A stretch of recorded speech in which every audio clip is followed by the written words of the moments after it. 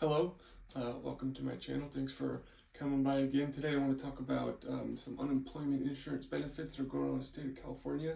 As a small business owner, I get invited to these things here in California, so I can keep current with what other small businesses are doing or some benefits we have. And so today I went to a webinar about unemployment insurance. California's Unemployment Development Department Unemployment Insurance Work Sharing process. Okay, so then what that is basically it's just extended unemployment insurance. That way that if a business is seeing less business, but they still want to keep those employees, maybe they have some really good skills, like if it's a computer company and they know this guy can really do great coding, but because of their less requirement for business right now, that they don't need him, but they want to keep him around so that way they don't lose that possibility of a good employee that can do work. There's just no need for them. So then what California did is they built this program so that way what they're saying the benefits are for the employer is that it reduces the payroll obligation. So if you still want to keep your workforce around but you can't afford to pay them right now because of decreased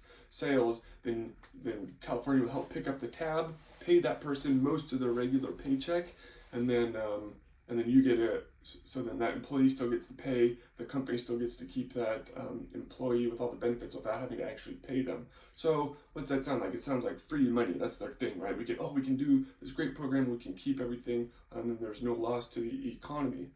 And so what they're saying is that the employer is that it is employer-based program. So that way the employer or you are trying to incentivize, hey, you've got these great employees. If you don't have the sales you need, then you can enter this program, and then you can still keep that employee, and they still get paid. So it seems like it's win-win-win all around.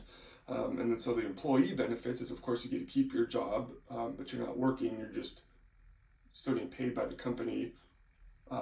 Really it's coming from the government, and then they get their job-related benefits. For some people, if they're working towards a 20-year retirement plan or whatever the case may be, that then they can, if they go on this, then their time is still clocked, and then they get to keep all their benefits and don't lose the health insurance and all those other things. So it's they're trying to help stabilize the economy. So then the societal benefits of that is that they're thinking, well, okay, if these jobs are less right now because all this crazy COVID stuff is going on, and then what we can do is if we give unemployment benefits and people will still have money, and then once things pick up again, then they'll just get rehired. Okay, so COVID is taking a while for things to recover fully. So then what they're doing is they're saying, okay, well, unemployment insurance is over, but we're gonna make this new program called the work sharing process that I've been talking about, where you can hire them, but you don't have to pay them. The government will pay them, and then what that does is it keeps money flowing in the economy, so then people can still go get their cell phones and shoes and gas and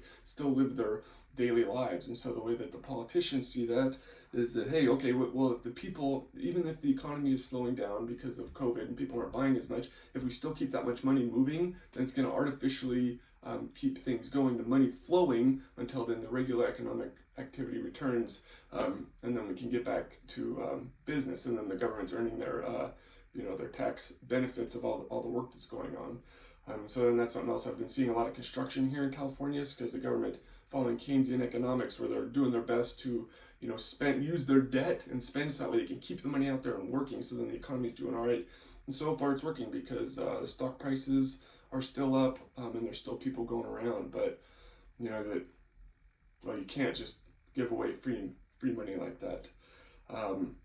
For me, what I'm seeing is that things are off. The hospitals are empty. When I go to a hospital, there's much fewer people there. Stadiums, airports, traffic is severely reduced, so that's kind of nice. There's much less tourism.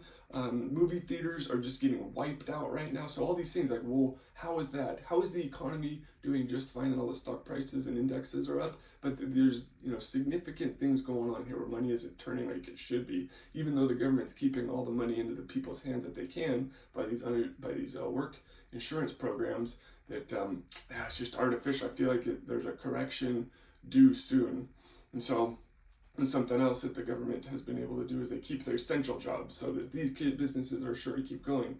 But another politician said it well here in California, was talking about the COVID restrictions of Gavin Newsom has been doing, and he says, any job that provides income for somebody so they can go home and feed their family is an essential job. So to kick those hard workers while they're down, basically to say, oh yeah, you're fired because of COVID and all these restrictions we're doing, people can't go out and spend money, but we're solving it, and plus we're only keeping the essential jobs. So then that person that has a non-essential job, well, they were paying their family and paying for their livelihood and saving up for the future and doing all these other great things. You're saying it's non-essential is, that's how these politicians are seeing things, is it's not a real lively economy and well-being for everybody, that there's these pinholes that people fit in or they don't fit in, and then everything else gets washed away.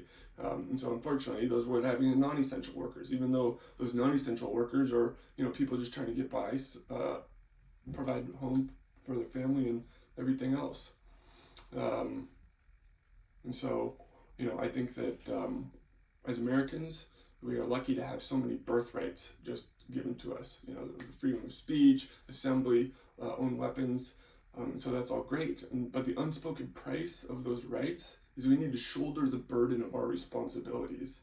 Because we got to make sure that we're okay, our families are okay, and ultimately our communities. But if we're doing everything we can for ourselves on the inside, and then we're bringing that outwards, and then everybody else, starts to have an effect widespread. And then, that's culturally speaking, that's why America has the best standard of living of any country in the world, is because we have that, the people doing things for themselves, but then that's not being selfish. That means you're playing your best self for your family, and you're playing your best self for the rest of the country. So it's not selfish to say I want to do what's best for myself, because you are an integral member of your community.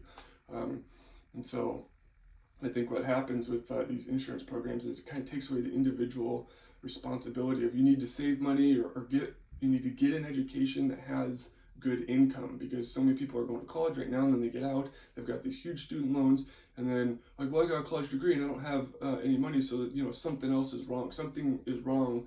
I did everything right. Be like, well, okay, but how did you evaluate the value of your college education? Anyway, so that's something else that the government subsidizes, and I think that there needs to be the individual responsibility. If I'm taking on this burden of education and all this cost, what's the value of it? I need to assess, this is an economic decision for, will this pay off in the long term? If I'm going to buy a house, I'm going to buy a car, I'm going to raise a family, what are my financial expectations of myself and others if I'm going to spend all this time getting this education? Like, people don't do that with, their education. It happened with houses back in 2008. Like, how did you think that you could afford to keep paying for a house? It's way out of your budget if you don't have a price or an income that can fulfill that.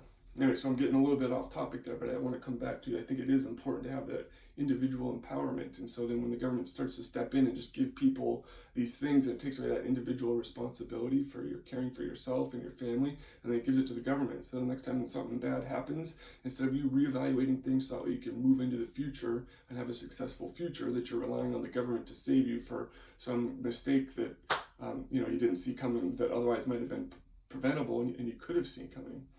And so, the government and they'll start to do some crazy things, but I think there are some basic economic principles that, when broken, cause severe periods of market correction, right? That's like when we're in a depression or a recession, the market's correcting itself because there's things were not flowing properly.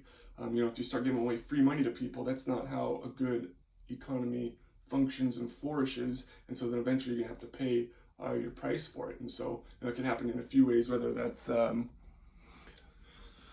that can happen with inflation and the dollar. Like, you working hard and you've been saving money, and then and that's your retirement that you're going to live on. Then now inflation comes along and it just destroys it, because then your retirement fund isn't worth anything because the government has misabused all your money, and so now your savings is worth much less. But lucky be that the Social Security, that is still increasing with inflation. So then people start to rely on inflation. They're starting to rely on those unemployment insurance. Like, people are not having that responsibility of planning their lives. And I think that really can take its toll. Like, you look at Greece, their economy has been floundering because that's just the way those people are raised, is that you can rely on the government for your job, for your food, for your education, for everything. But then that takes away the individual responsibility that you have. So we have these rights, and now what we need to do is turn those into to take that responsibility of thinking through our lives and doing that the best way possible.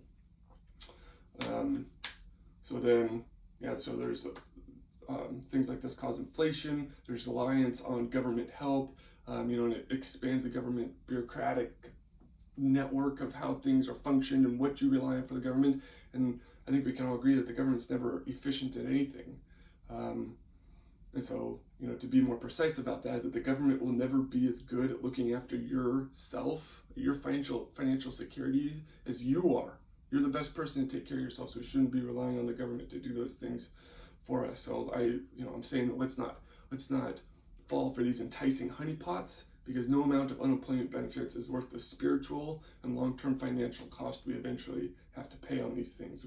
You're breaking rules, giving out free money, and that's just not how a good, stable economy goes. So it'll fix, it's putting a Band-Aid on something, but it's causing a much bigger rift in what people expect out of themselves, what they expect out of the government, and ultimately what they're gonna get. Because when you're sapping the government and you're assigning them more things to do, they're never efficient at anything. And then there's the tax burden and the culture and everything else just erodes and falls apart. And that's why socialism doesn't work, because that's kind of just the mentality it breeds, with people relying on the government for things instead of figuring out how to do it for themselves. And so, I think that's tried and true, that socialism and communism is not good, because it is so inefficient at running the economic things that the individual person is best at, because we're best at looking after our lives, we're best at making our own decisions, and then which in turn then helps drive the best families and communities and the most powerful nation on the earth.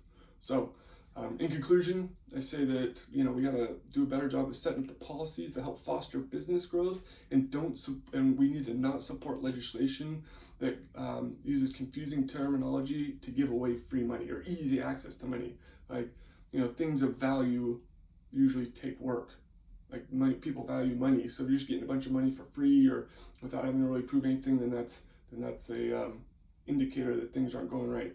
So that's all I got for today, and see you next time.